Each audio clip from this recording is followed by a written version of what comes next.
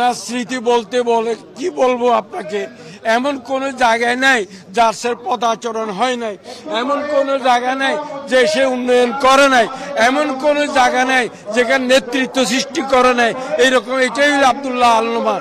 BNP মানে আব্দুল্লাহ আল নোমানের কোনো বিকল্প নাই, এটাই আব্দুল্লাহ আল নোমান। উনি নেতা সৃষ্টি করেছে, কর্মী সৃষ্টি করেছে এবং মানুষের দুয়ারে দুয়ারে গিয়ে বাংলাদেশ জাতীয়তাবাদী দলকে সম্মিলিত করেছে, আগে নিয়েছে। এটাই আব্দুল্লাহ আল নোমান, আর কোনো বিকল্প আব্দুল্লাহ আল নোমানের নাই। উনি এই চট্টগ্রামের জন্য আমাদের অবিসংবাদিত নেতা। উনি অনেক বড় মাপের আমাদের জন্য বটগাছ। তো আমার সিনিয়র নেতৃবৃন্দরা এর চেয়ে ভালো বলতে পারবেন। উনি আমাদের এই চট্টগ্রামের জন্য একজন কারিগর ছিলেন, নেতা বানানোর কারিগর ছিলেন। তো 91 থেকে শুরু করে আরেকটু আপনি সম্ভবত তার সাথে তার স্মৃতি একটু বেশি স্মরণ করতে পারছেন, একটু যদি বলেন যে আসলে একটু যদি বলেন, আপনি তো ওনার সাথে একসাথে রাজনীতি করেছেন।